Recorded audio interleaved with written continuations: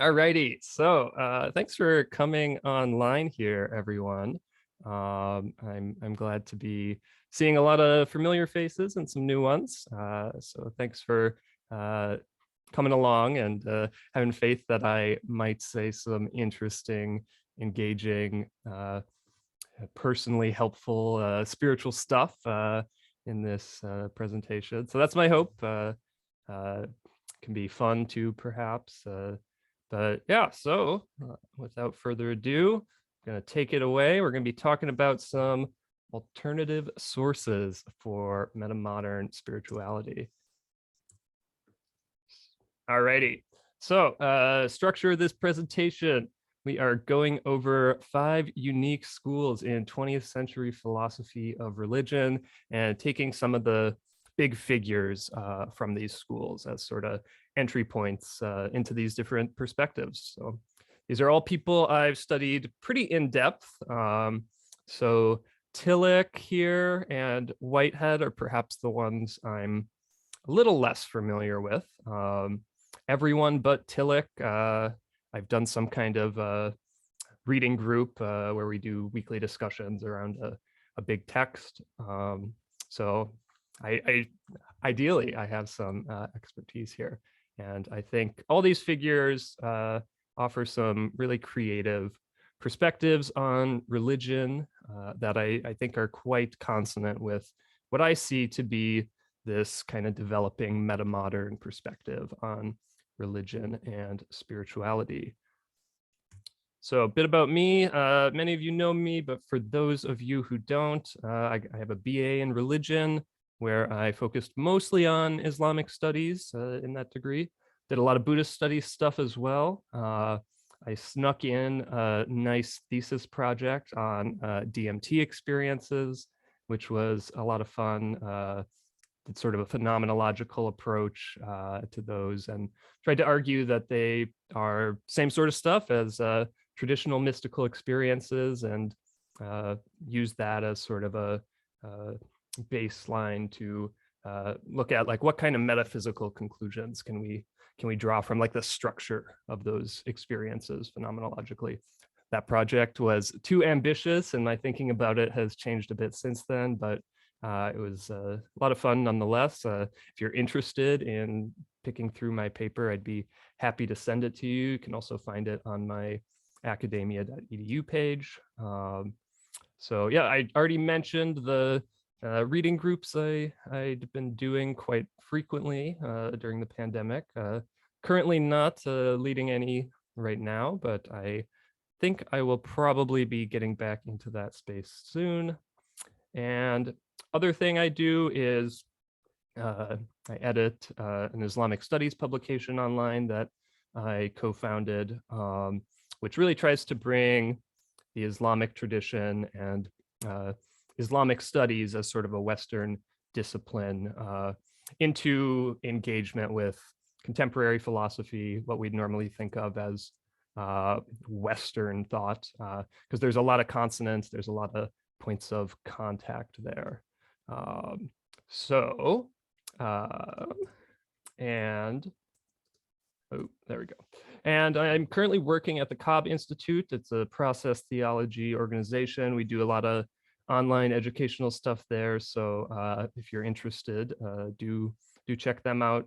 Lots of cool stuff brewing that I don't think is on a lot of people's radar yet. So if you're interested, there's certainly going to be a lot of cool lectures and courses, learning circles there that I think people would also find very edifying. So a little bit about my personal background. I consider myself right now, at least, religiously pluralistic, not the most conventional way to be, but I've engaged pretty intimately with a number of traditions. We've got Sufism, Zen Buddhism, and Eastern Orthodox Christianity listed here.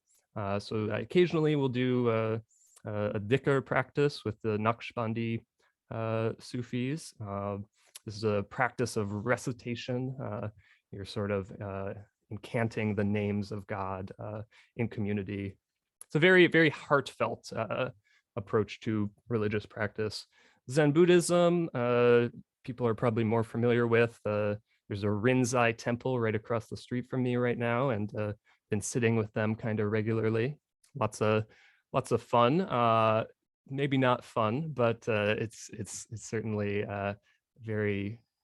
It's such an intense spiritual practice, which Western Buddhism, it's like, oh, you just sit, mindfulness, it's all about wellness. No, this is the warrior Zen tradition. So it's a lot more intensity, which something we need sometimes. So, and then Eastern Orthodox Christianity, also beautiful Orthodox church right in my neighborhood here. And actually, I think the next slide has a picture of this building that I took. So yeah, beautiful iconography in there. What a lovely tradition as well.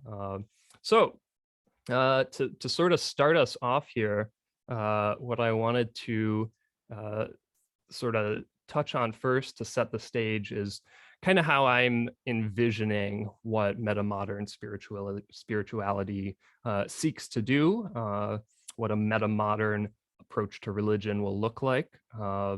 So let's get into it here. So one of the important things I think a metamodern spirituality will be able to do is navigate pluralism and cosmopolitanism effectively. So there's many different approaches to spirituality, to religion nowadays. And certainly if you live in the West, you are exposed to a lot of different ways to think about religion, different practices, different cultural modes, and being able to navigate between that, have successful dialogue seems like a really important thing to be able to do. But you also need to be able to sort of engage deeply with tradition. So a lot of religion in our contemporary age feels kind of watered down compared to deeper spiritual traditions, or even if you just have a familiarity with like the civilizational sort of expanse of religious tradition in the pre-modern world. There was so much depth, there was an artistic outpouring, there was of course intellectual aspects, and all those kind of come together to create something very, very holistic, very robust.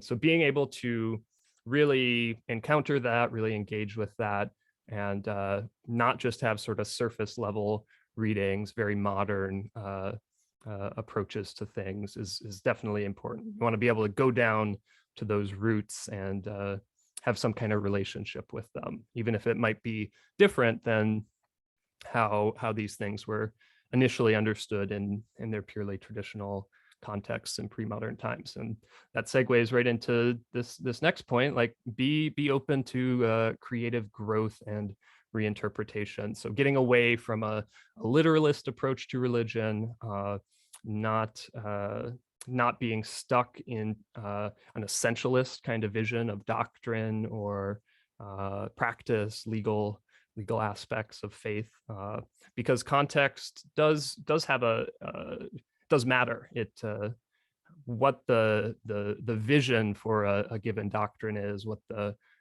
meaning behind a certain legal injunction is, can be realized in different ways in different contexts. So maintain a healthy relationship with secularism.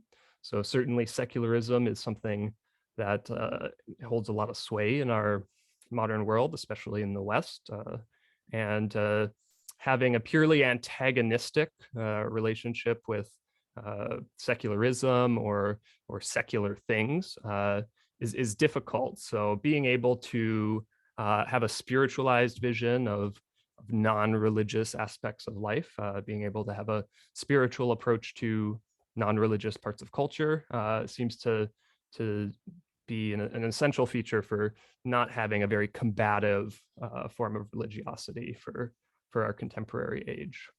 And in a similar vein, being able to have a constructive dialogue with science. So not a purely like the classic trope that both kind of new atheists and religious fundamentalists fall into, of like having a combative relationship between science and religion, where they're both trying to be top dog epistemologically, and they're viewed as playing like the same game, and being competitors in that field.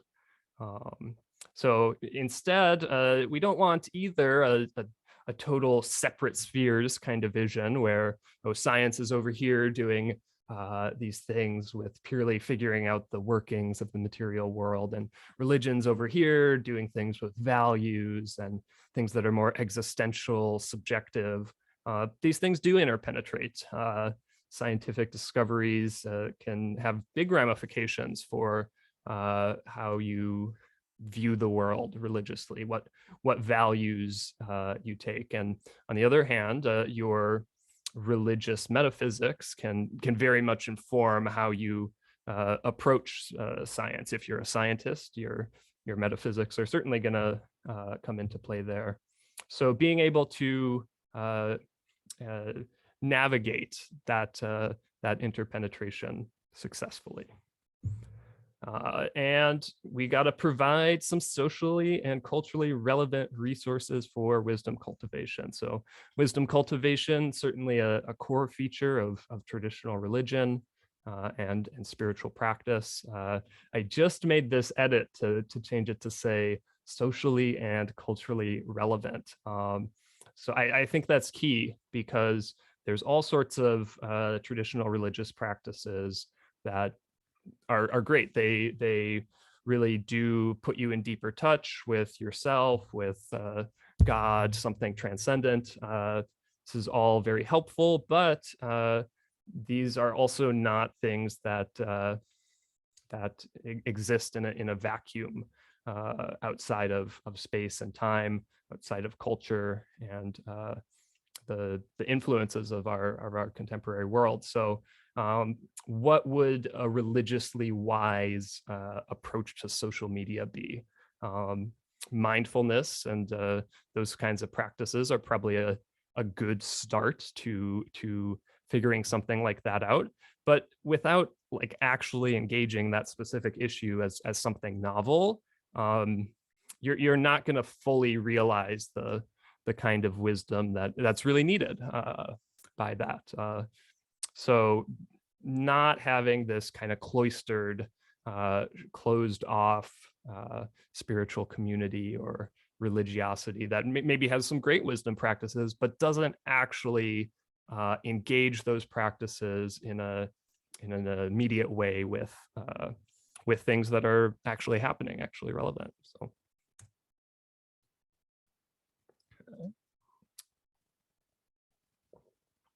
So got a couple more here. I'll try and go through these a bit faster. Build a flourishing spiritual community. This is a classic one. I think that this one can be forgotten sometimes. It's easy to have a very individualistic approach to spirituality, spiritual practice in our age, and especially coming out of a very kind of new age context where these things are kind of divorced from tradition, divorced from community in certain respects. I think having sociality be built into spirituality, religion is essential for things like having those wisdom practices be engaged. If you're on your own, your consciousness is never going to be able to be as effective as if you're networked with people in real ways. So a robust account of symbols and myth. This is certainly an important one, and one we wrestle with, especially in light of science. So how do we think about myth as distinct from scientific truth, perhaps, but how do we consider it in a way that is still relevant without over historicizing it and making it lose its existential sort of heft?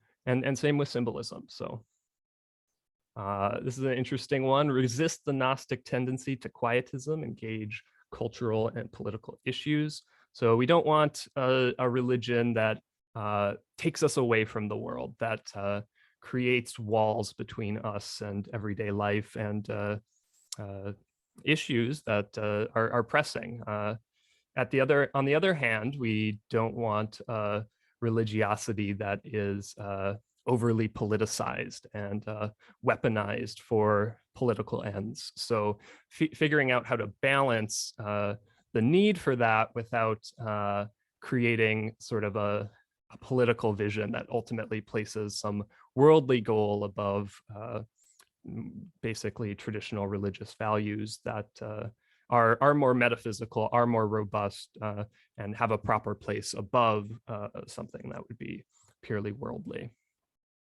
So we also want to avoid spiritual or philosophical elitism while providing a clear notion of religious authority. So it's easy. You certainly see this in some New Age communities, but also in some very traditional religious communities where being spiritual, being religious is the pinnacle of human life. This is the telos of what it is to be human, and this leads to some tricky stuff with really devaluing other kinds of human experience, other kinds of expertise. What about a person who bakes bread and provides food for their community?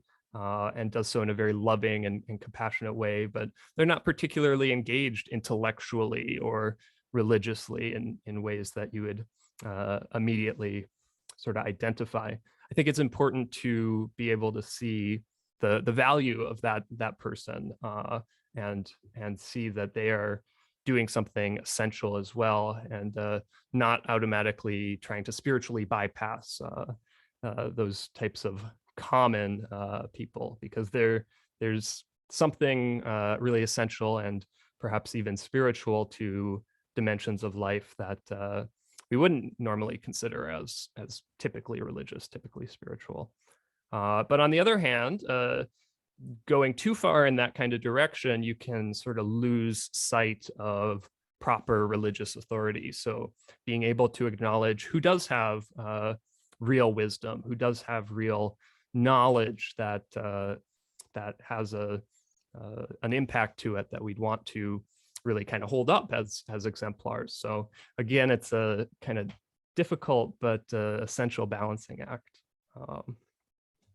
And finally, in our age of climate catastrophe and mass extinction, facilitating care and connection to the non-human world seems to be an essential feature of proper religion and spirituality. So having a spiritual vision which resists some anthropocentrism and spiritualizes the world and non-human beings, and also sort of gives an ethic to human beings for encountering these fellow beings and our stewardship on this planet.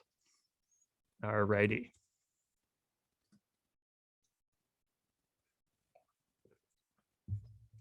Okay, so we're going to start out with Paul Tillich here. Paul Tillich is sort of an exemplar of the liberal theology tradition in the 20th century. He's a German Lutheran theologian. Famous works are Dynamics of Faith and The Courage to Be. And what's kind of interesting about him is he's certainly a Christian in many respects, but he does draw on a lot of different sources outside of purely theological ones. So he's really engaged with existentialism, especially, and he has definitely an existential slant to him. But then he does have the traditional Christian sources as well. Luther, of course, as a Lutheran, but he was obviously familiar with the scholastic tradition, Thomas Aquinas, and the Augustine, older church fathers and such. And you can feel his connection to these sort of classical Christian figures, but he's also very distinct in some of his reinterpretations. So one of those is the idea of faith as ultimate concern. So Tillich really wants to get away from this notion that faith is sort of a belief in something uncertain.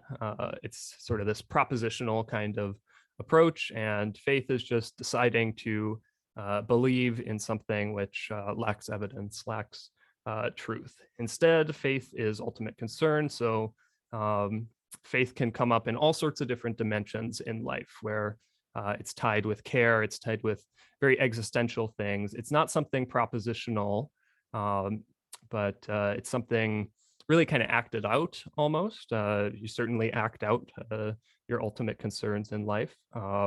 So he's trying to get a more existential interpretation of faith that gets away from some of these kind of trappings that exacerbate that sort of science and religion antagonism at times.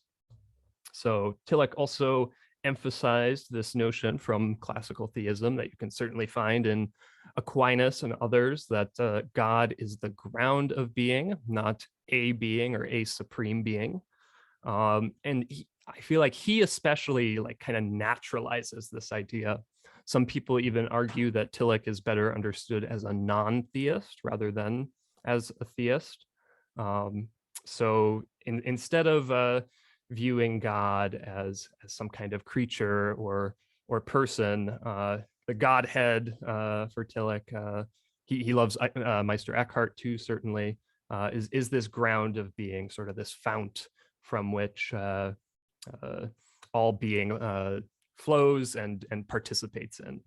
So, all right. So what I'm going to do with kind of each of these figures is talk about some of their helpful points for metamodern spirituality, and then also some things which maybe hold us back, some limitations of their thinking. So Tillich is great with symbolism. He gives a very dynamic account of symbols, distinguishes them from signs. It's a very participatory vision of symbolism. Symbols are something which you participate in. They are always able to disclose more realities because of the existential relationship you have with them. It's not like a sign, which is just one thing that then points to another discrete thing. So symbolism is always sort of an exegetical process of engagement that can lead to different outcomes in different circumstances. And this is what allows religion to remain vibrant, remain alive throughout history. So we can always keep engaging symbols, and they can keep providing us with existential resources for engaging our ultimate concerns. So not that symbols can't also die or become forgotten, but it's important that they don't just have some one discrete use, and they can always have this new engagement, fresh engagement. So as I mentioned, he has this notion of faith as ultimate concern that's quite robust, and it's helpful for getting out of this trapping of thinking of faith as just sort of a decadent form of belief, or an unjustified form of belief, rather than something existential, which shows kind of the deepest engagements of your soul. And then similarly, he universalizes religious language. I think his approach of God as the ground of being is more accessible to some more secularly minded people than more classically theistic visions, which are drawing on some of the same ideas, but do tend to emphasize or retain God as person, God as a being in some ways. So he kind of naturalizes a lot of religious language that makes it, in my mind, a bit more accessible for people. Additionally, I think he's good about figuring out ways to critique religion from a religious standpoint. And that's, I think, essential for being able to sort of evolve and constantly realize when historically religion was in the wrong. So his basic idea is that within a Christian context, the Christian message, the Gospels, Jesus' life, this is very Protestant, is sort of the ultimate barometer, and the church itself must always be then judged by the major themes, basically, of the Gospels, and this allows for kind of creative reinterpretation. This allows for as sort of ethical developments happen, we can kind of acknowledge what is good through kind of thinking, oh, how does this match up with the demand for neighborly love in the Gospels or something like that. And he's also really good with the relationship between religion and non-religious spheres, cultural, secular spheres. And he gives a good account of basically how even in something like psychotherapy, art, science, these still have sort of religious or spiritual dimensions to them.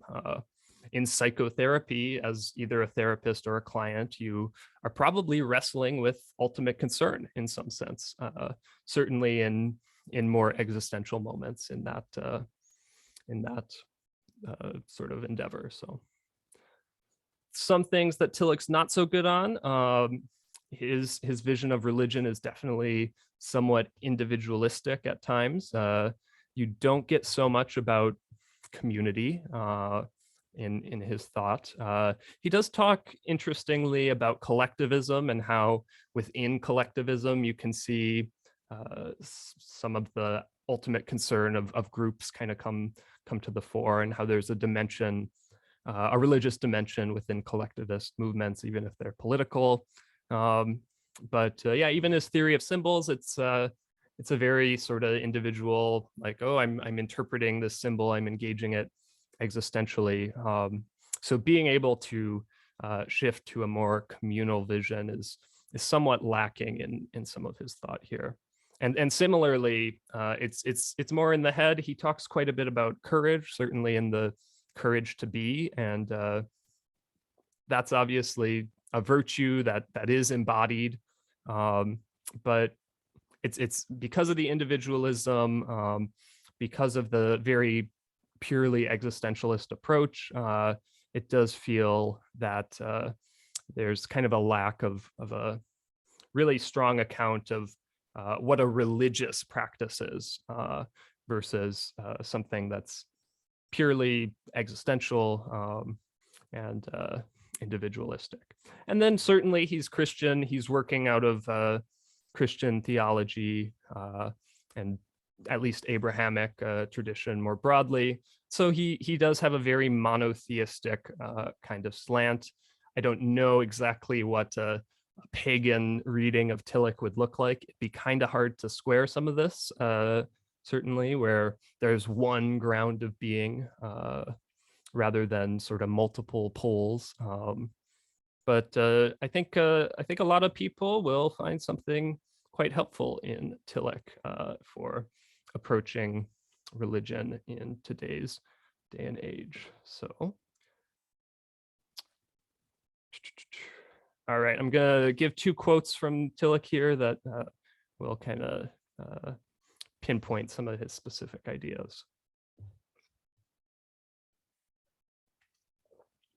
If doubt appears, it should not be considered as the negation of faith, but as an element which was always and will always be present in the act of faith. Existential doubt and faith are poles of the same reality, the state of ultimate concern. So when you view faith as ultimate concern, you can see how doubt isn't antagonistic to it, but an expression of it.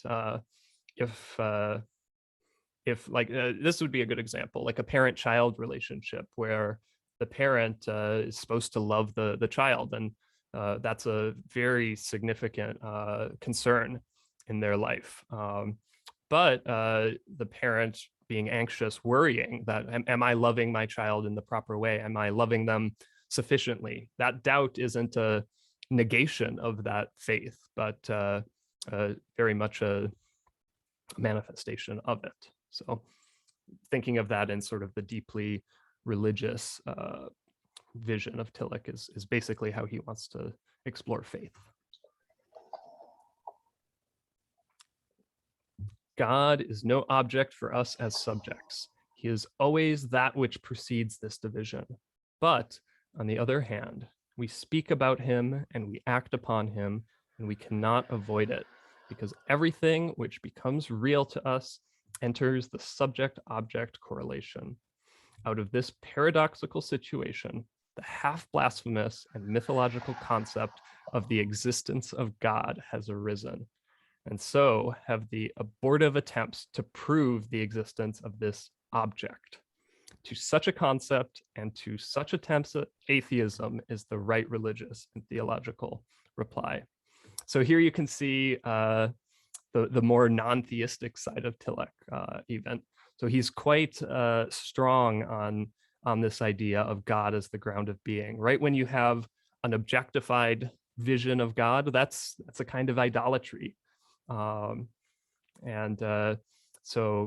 I think he provides an interesting theological perspective on sort of pushing back against kind of poorly constructed God concepts that might not be very helpful ultimately. Cool. All right. So next up we have Keiji Nishitani of the Kyoto School. So Nishitani and the Kyoto School, it's a Japanese school of philosophy, as you may have guessed from the names involved. And it's really interesting as a school of philosophy that draws significantly on Western thought, but is very grounded in a Buddhist vision, and specifically a Zen Buddhist vision. So there's a number of figures in this tradition. On the right here, this guy here, this is Nishida. Here's Nishitani back here. Nishida is sort of the forerunner of this school. He was Nishitani's teacher. But all these guys have sort of engaged really deeply with Western philosophy. Nishitani studied with Heidegger briefly, I believe. Certainly he was abroad in the West, in Germany specifically, really engaging with this tradition. But they all combine this with not only Zen philosophy, but deep Zen practice. And that really comes to the fore in their thought here. So emptiness is really the central idea of these guys. If you could put one concept as the major vision here, that would be the one. And so this is certainly something coming out of the Mahayana Zen Buddhist tradition. And nihilism is one of the big problems they're sort of responding to. Yep, as I mentioned, influenced by Heidegger. Nietzsche comes through quite strongly in Nishitani as well. But it's an interesting relationship. He's not a Heideggerian, he's not a Nietzschean. He has a lot of admiration for these thinkers. He really works off of the groundwork they've laid, but he also critiques them largely for not being radical enough when it comes to approaching the idea of nothingness. And even just me speaking now, the idea of nothingness would be a big faux pas for these Kyoto School guys. It's not an idea of nothingness. Nothingness is not a representational thing. It's not a thing that is defined simply in relation to being, but it's a fundamental sort of substratum of everything. It's it's the grounds for interconnection, and it is a more fundamental reality for these guys than being, than substance, than existence. So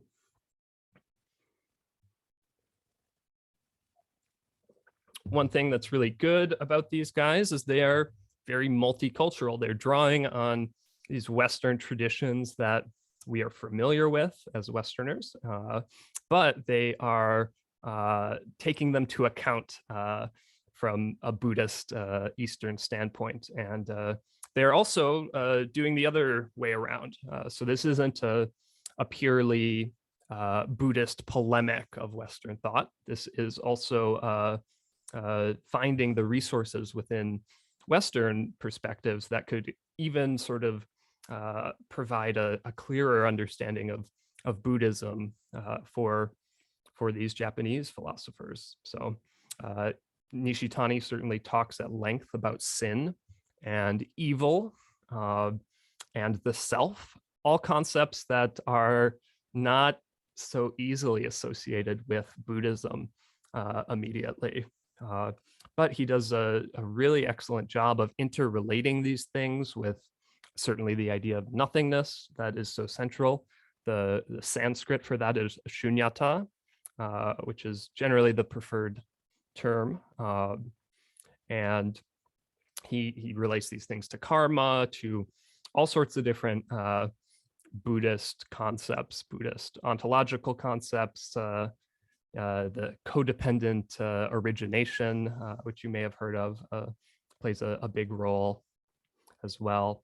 So they're really an exemplar of being able to sort of do philosophy, do religion across boundaries.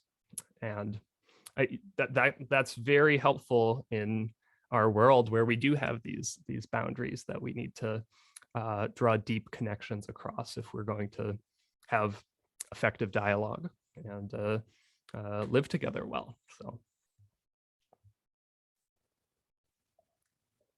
in another vein, these guys are really great with giving religious and existential significance to the everyday life of things. So, and this very much comes along with the Zen style that they take.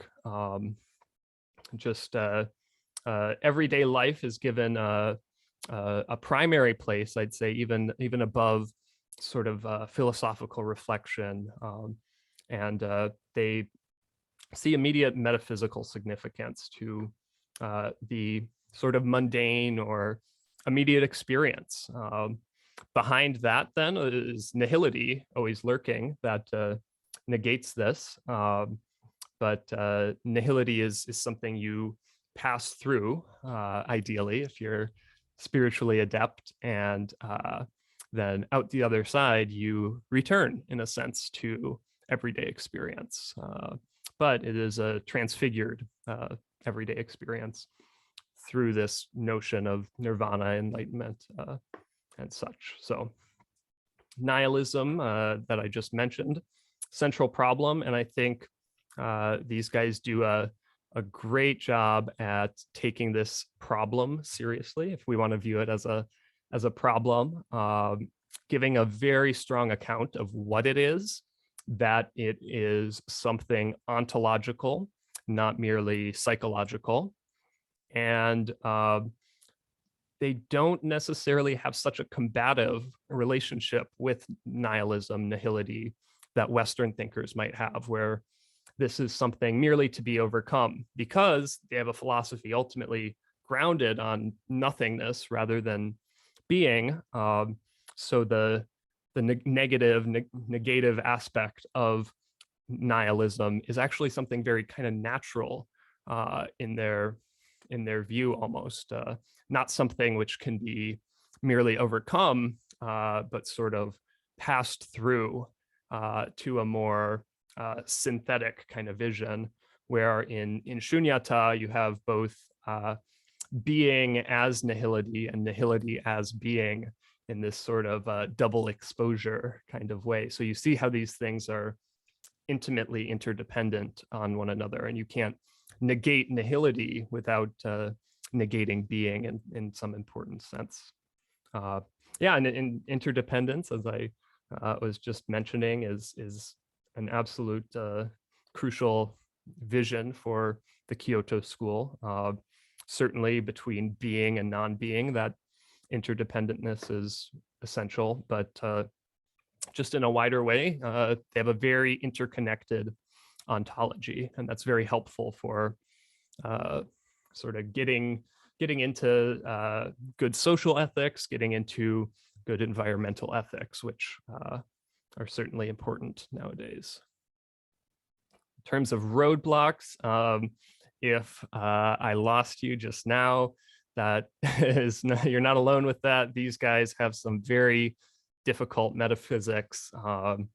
You almost need to have some deep meditative background to be able to really kind of existentially get into some of what they're saying here, because it's very abstract. It's some difficult phenomenology, certainly. So having something that could be a personal viewpoint of it rather than purely conceptual is helpful. But that's a big ask. So that can certainly a big learning curve here. I think you could also argue that some of their approach to nihility and the kind of metaphysics that they have could lead to a kind of Gnostic quietism, or this is a term I picked up that's in Hegel and Deleuze, the beautiful soul. So this is basically it's kind of related to spiritual bypassing almost. It's like having a metaphysics, an ontology, a vision of the world where everything's harmonious ultimately. Everything is as it ought to be. Things are fit together. The divine will is actually behind all phenomena, and it can lead to some very shitty responses on personal levels. So a classic example is like your husband dies of cancer, and some family member says to you, "Oh, well, this was God's plan." Like, oh, great. Thank you, God, for this terrible suffering. And it papers over some of the sort of immediate experiences or problems in human life that you probably should have a robust response to. So their particular engagement with nihility could lead down that path for some people. I think bolstered by some more pretty straightforward traditional religious ethics, I think you're going to be fine. But if you're really trying to take the Kyoto school as your ground, I think it's a temptation to watch out for. And ultimately, this is a pretty Buddhist approach, even though they mix in a lot of Christian language and concepts, Western philosophy. If you don't have some immediate empathy for a Buddhist vision that sees emptiness as sort of an essential aspect of metaphysics, this is probably going to be a difficult perspective to really take on, really benefit from. So, all right, we got 2 quotes from Nishitani here: "Religion and Nothingness," my number one text in my own sort of philosophical canon. So, religion upsets the posture from which we think of ourselves as telos and center for all things. Instead, religion poses as a starting point the question, for what purpose do I exist? We become aware of religion as a need, as a must for life, only at the level of life at which everything else loses its necessity and its utility.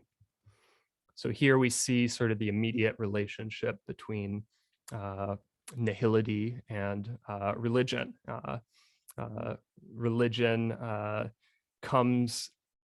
becomes relevant personally, existentially, to us when we ourselves are questioning our own existence, our own utility, instead of thinking from this self-centered perspective, oh, what use is religion for me?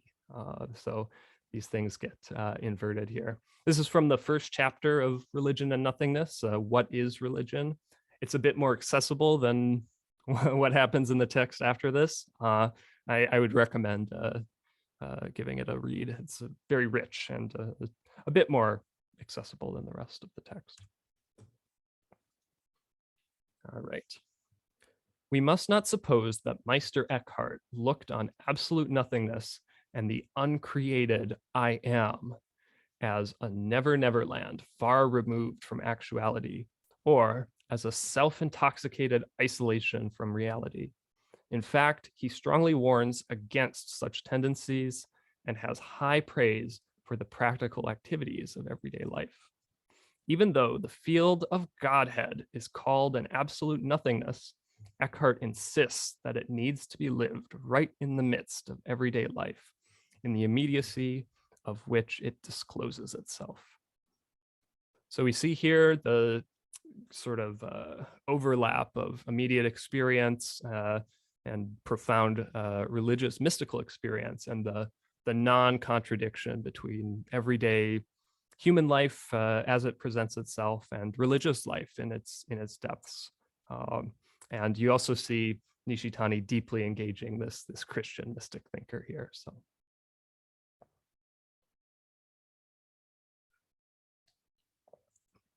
All right, I see I'm going quite slowly here. So I'm wondering, I might finish after Whitehead here and give some time for questions, and maybe we can pick up the rest of the presentation another time, because otherwise I don't want to keep you all night here. So, all right, Alfred North Whitehead, Process Theology and Philosophy. So Whitehead's a bit earlier in the 20th century than a lot of these other figures. And a lot of these other guys are engaged with kind of an existentialist or a Heideggerian kind of mode. And Whitehead's coming from a very different tradition. So he's a mathematician turned philosopher. He did a lot of work with Bertrand Russell. But then he kind of really set off on his own path and has really had a huge impact. I think of the schools I discuss here, I think Whitehead and his process philosophy is probably the most significant in its impacts and its reaches.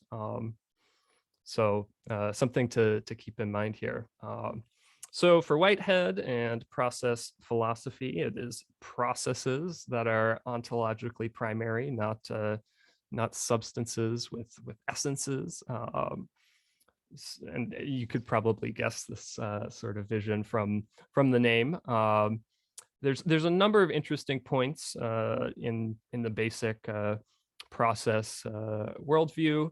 One of the ones that really sticks out to me in Whitehead is his insistence that the cosmos and creativity are co-ultimate with God. So instead of having a purely kind of hierarchical vision where you have God at the top and in a very Neoplatonic way, things are kind of emanating down, and then actual existence is highly contingent upon the nature of God. So instead, Whitehead views the cosmos as sort of co-ultimate with God. So actual things, actual entities, and the happenings in the world are not something wholly dictated by this supreme being on high, but have their own internal freedom.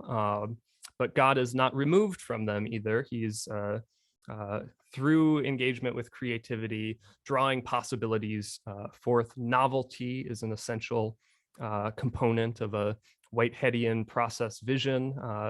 Things are not some stagnant, essential march of different forms, but real new things are coming into existence, and things are engaging in different kinds of relationships with one another, and all sorts of stuff is developing. And creativity itself, this emergence of novelty, this sort of force, is another sort of distinct and co-ultimate aspect of a process ontological vision in Whitehead's mode. So the relationships between these and the way they sort of disperse agency within his ontology is very very unique, and it's what allows him to and other process thinkers to get out of some of the traditionally very tricky binds within classical theism or other schools where you have something like the problem of evil, where if God has total omnipotence, yet and total compassion, total love, yet we live in a world where horrible suffering certainly is an immediate reality. How do we square this with God's nature and his power?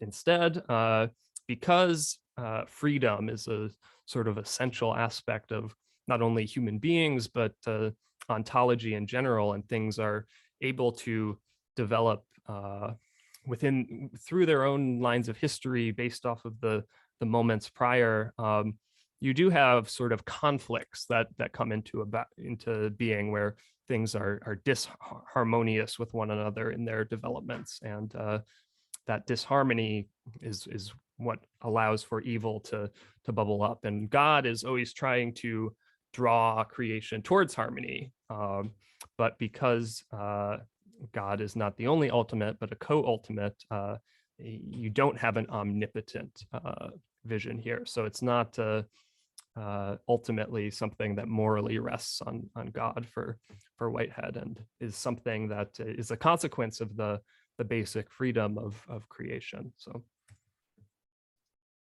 all right, Whitehead. So he's got some good stuff, and my critiques here of the process stuff may be somewhat lacking, but certainly there's some good philosophical critiques from kind of classical theism. I think David Bentley Hart has some choice words for process theologians. So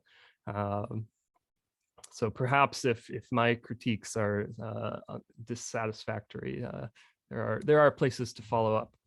So process theology, Whitehead, very good, because there's a cosmology and ontology amenable to both science and religion. So I think this school perhaps has the clearest resources for tackling this sort of science and religion problem. Whitehead himself was coming out of a very scientific background before he really dove into ontology, metaphysics, religion, these sorts of things.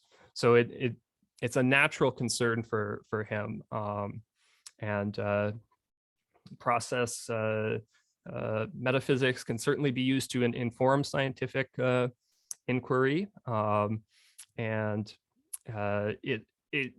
it draws a nice bridge between a purely sort of religious metaphysical vision and a more scientific materialist vision, this process idea.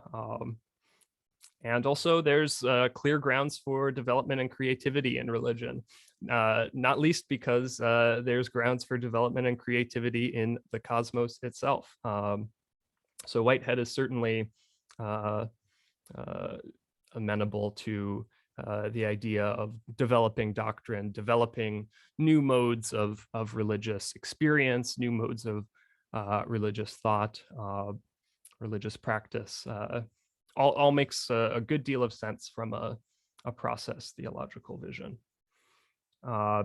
Also, the process theology is great with balancing transcendence and immanence. So I think within this triune vision of co-ultimates, having the cosmos itself be an ultimate rather than just God allows for immanent experience to have a religious character. It's very easy in certain forms of traditional theism to have everyday life, science, the non-religious dimensions only be able to take on meaning in relationship to religious things, religious events. So I think in Christianity, this is felt especially strongly, where the incarnation and life and crucifixion and resurrection of Jesus are the central religious event. If you are engaging in something imminent, maybe just a beautiful moment with a loved one, this kind of, it feels like you almost can't experience that as purely meaningful in itself. It almost needs to be meaningful in relation to this one ultimate event that is transcendent, or at least that's one of the ways that I've kind of wrestled with Christianity before. Why should I choose to go view a beautiful landscape rather than attend liturgy or pray? It can be hard to answer that question in a traditional framework, but Whitehead says, of course, you can go view this beautiful landscape. This is an expression of creativity. This is the cosmos, and these things are as ultimate as God. And you can also see God working through them in various ways, but you don't need to reduce these imminent things to their being emanations of a transcendent to find value in them. And similarly, interdependence is a key aspect of process thought. Processes are not things which happen in isolation. These actual occasions are bubbling up out of the histories that they have made up, and the different aspects that they are engaging, and other actual occasions. So this is what kind of makes it a perspective very amenable to a more scientific view, where you could view a very kind of materialistic almost view of process. But the interdependence certainly helps with being able to engage again in good social and environmental ethics that are very important. Roadblocks, I think, again, here we have a situation where certainly Whitehead's process and reality, which I have not gotten to myself, is notoriously dense and complex. Other process theologians, not nearly to the same extent, but it's a head trip for sure. It's to really grok the metaphysics is going to take some intellectual reflection on one's own part, and some people that's not their path as much. So I think what's also interesting about process theology, process philosophy coming out of Whitehead is, while Tillich was this Lutheran and Nishitani was this committed Buddhist, I'm not exactly sure off the top of my head what Whitehead's religious affiliation was, but he's clearly a philosopher. And there's not sort of this immediate scriptural basis of process metaphysics. It doesn't take on this same immediately traditionally religious character. Since Whitehead, there's been so much work done to give particular accounts of especially Buddhist process thinking.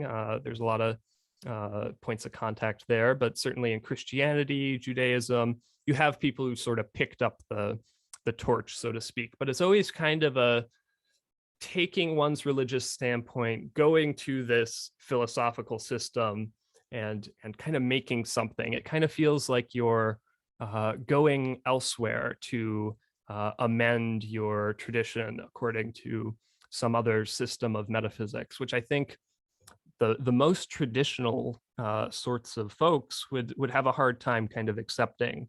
Why do I need to go listen to this Whitehead guy when I have Thomas Aquinas and Augustine or Al-Ghazali in Islam or something? And I think that's a fair point. And it's kind of something a little unique about process thought compared to some of these other schools. So, all right, here's Whitehead, Religion in the Making. Though dogmas have their measure of truth, which is inalterable. Let's get back there. Which is inalterable. In their precise forms, they are narrow, limited, and alterable.